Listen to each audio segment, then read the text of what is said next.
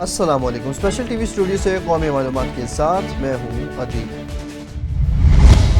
District and session court نے بانی P T I Imran Khan اور بشرا بی بی کو 9 مئی سمیت 5 مقدمات میں گرفتاری روک دی اور ضمانت قبل از گرفتاری 25 نومبر تک بڑھا دی ہے۔ عدالت نے اگلی سماعت میں عمران خان کو عدالت یا ویڈیو لنک کے ذریعے پیش کرنے کی ہدایت کرتے ہوئے سماعت ملتوی کر دی ہے۔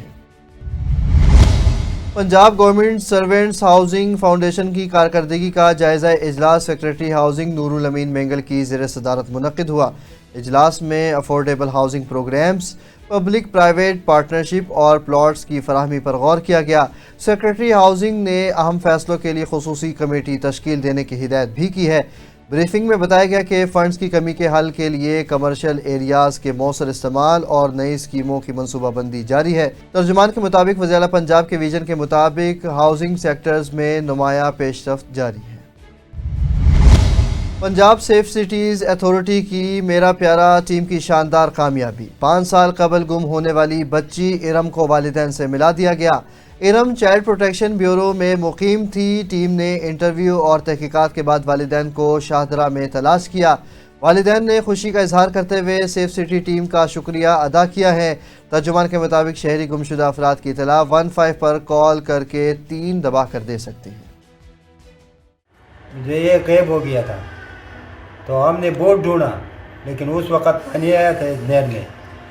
یہ ساری جگہوں میں جو ہے نا کافی 1 مہینے 2 مہینے تک ہم ڈھونڈتا رہا، لیکن کوئی نہیں ملا۔ سیف سٹی فیلڈ ٹیم نے چائلڈ پروٹیکشن بیورو میں مقیم بچی ارم، جو تقریباً 5 برس قبل گھر والوں سے بچھڑ گئی تھی، کہ والدین کی تلاش کے لیے اس کا انٹرویو ریکارڈ کیا تو اس کو اپنے گھر کا پتہ یاد نہ تھا، محض اس کے کہ اس کا گھر لاہور فردوس مارکیٹ قبرستان کے قریب تھا۔ سیف سٹی ٹیم جب ارم کو فردوس مارکیٹ لے کر گئی تو کچھ دیر بعد وہاں موجود ایک بزرگ نے اسے پہچان لیا کہ یہ ان کے پرانے ہمسائے کی بیٹی ہے، جو چند سال قبل شاہدرہ منتقل ہو گئے تھے، اب وہ وہاں پھل بیچتے ہیں۔ میرا پیارا ٹیم نے شاہدرہ پہنچ کر ریڈی بانوں سے بات چیت شروع کی تو چند ایک سے بات چیت کے بعد ارم نے ایک ریڈی بان کی طرف اشارہ کرتے کانپتی ہوئی آواز میں کہا کہ یہی میرے والد ہیں۔ ہم یہ سے مطمئن ہوا کہ کوئی شہد اس پانی میں جو ہے نا وہ بہ گیا، بس مر گیا۔ گاؤں میں بھی جو ہے نا ان کی جو ہے نا وہ فاتحہ بھی کروایا تھا۔ بچی جب اپنے گھر پہنچی تو ماں کی خوشی دیدنی تھی۔ اسے یقین ہی نہیں آیا کہ جس بچی کو وہ حیات تصور ہی نہیں کر رہے تھے وہ لوٹ آئی ہے۔ یہ ہے سیف سٹی کا میرا پیارا سینٹر، جو صوبے بھر سے ایسے بچے و بزرگ جن کی واپسی کی امید مدم ہو چکی ہو، انہیں ڈھونڈ کر ان کے گھروں تک پہنچا رہا ہے۔ اس انسانیت دوست مشن کے تحت اب تک 46,000 سے زائد بچے و بزرگ اپنے گھروں تک لوٹ چکے ہیں۔ آپ لوگوں کے ہیلپ کی وجہ سے اللہ پاک آپ کو جو ہے نا دنیا آخرت بنا دے، اور آپ لوگوں کا یہ جو خدمت ہے یہ اللہ اپنا دربار الہی میں قبول کر دے۔ کانا پولیس نے ضلع قصور سے لاہور پتنگوں کی ترسیل ناکام بناتے ہوئے 2 ملزمان اشفاق اور صادق کو گرفتار کر لیا ہے۔ ملزمان کے قبضے سے 1000 پتنگیں، گڈی پیپر اور دیگر سامان برآمد ہوا ہے۔ ایس پی ماڈل ٹاؤن اخلاق اللہ تارڑ کا کہنا ہے کہ پتنگ بازی کی آڑ میں انسانی جانوں سے کھیلنے کی اجازت کسی صورت نہیں دی جائے گی۔ ایس ایس پی انویسٹیگیشن محمد نوید کی زیر صدر انویسٹیگیشن ہیڈ کوارٹرز میں تبدیلی تفتیش فرسٹ بورڈ کا اجلاس منعقد ہوا۔ اجلاس میں لاہور کے تمام ڈویژنل ایس پیز نے شرکت کی۔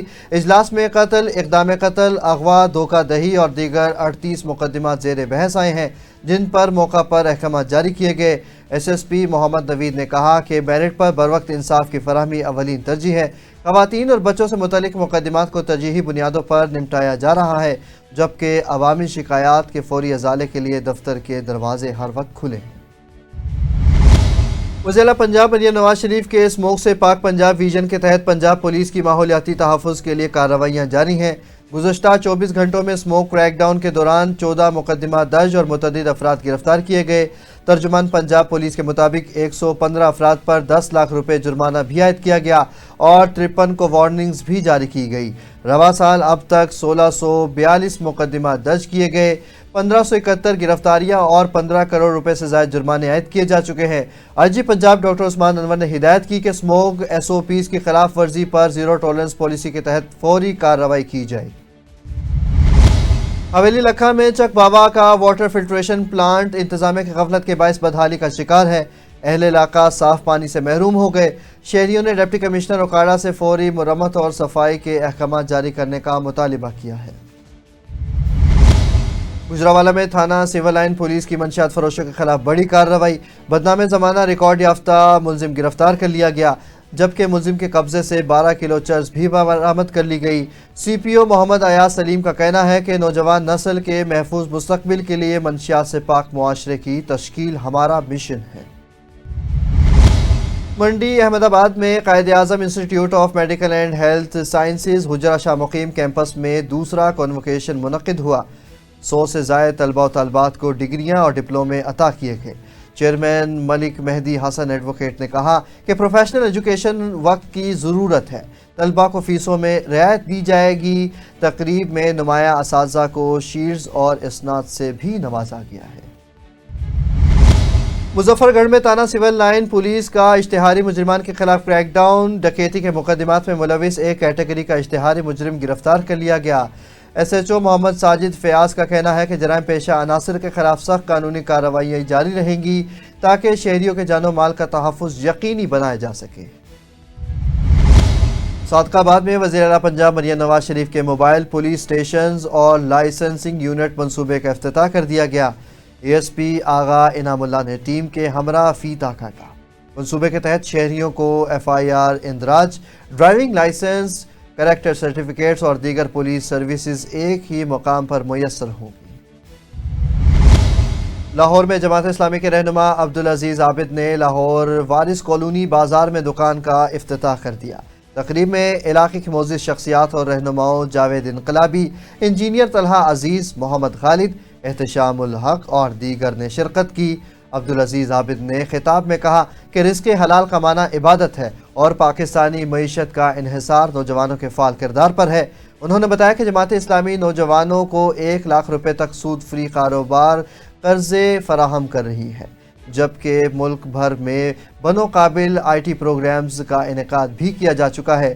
انجینئر طلحہ عزیز نے نوجوانوں کو جماعت اسلامی میں شمولیت کی دعوت دیتے ہوئے کہا کہ جماعت نوجوانوں کی معاشی، اخلاقی اور تعلیمی ترقی کے لیے سرگرم ہے۔ بیلا میں سابق وزیر اعلیٰ بلوچستان نواب جام کمال خان کی ذاتی فنڈ سے گورنمنٹ بوائز ہائی اسکول بیلا کی نئی عمارت کی تعمیر جاری ہے۔ منصوبے کی تکمیل سے کیا فائدہ ہوگا، تفصیل بتائیں گے رپورٹر اقبال قمر۔ جی اقبال، بتائیے گا۔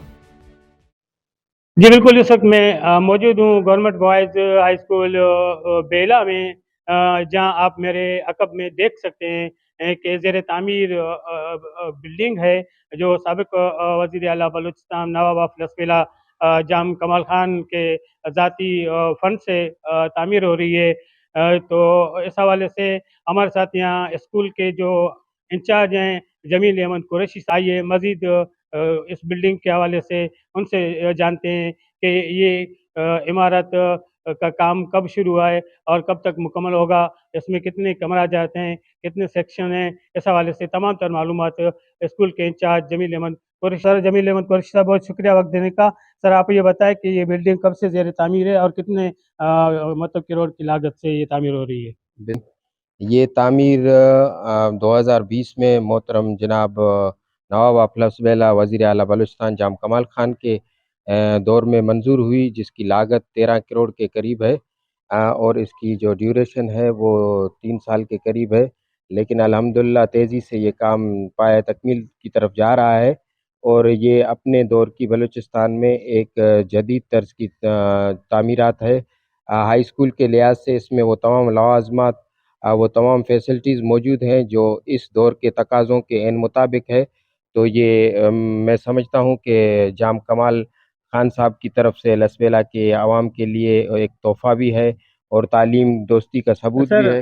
سر ایک وہ پرانا ہائی اسکول تھا 40-50 سال پہلے جو خستہ کا شکار ہو گیا تھا، اب یہ نیا ہائی اسکول زیر تعمیر ہے، تو آپ ہمارے ناظرین کے لیے بتا سکتے ہیں کہ یہ جو نیا جو ہائی اسکول بن رہا ہے بوائز ہائی اسکول، اس میں اور پرانے ہائی اسکول میں کیا جدیدیت ہوگی، کیا فرق لوگوں کو محسوس ہوگا، اور بچوں کو پڑھنے کے لیے کیا انٹرٹینمنٹ کے حوالے سے کیا سہولیات میسر ہوں گی؟ جی قمر صاحب، آپ نے بہترین سوال کیا ہے۔ تو یہاں پہ جو پچھلی عمارت تھی، ظاہر سی بات ہے وہ ریاست کے دور کی تھی، پھر اس میں وقتاً فوقتاً تبدیلی بھی ضرور آئی،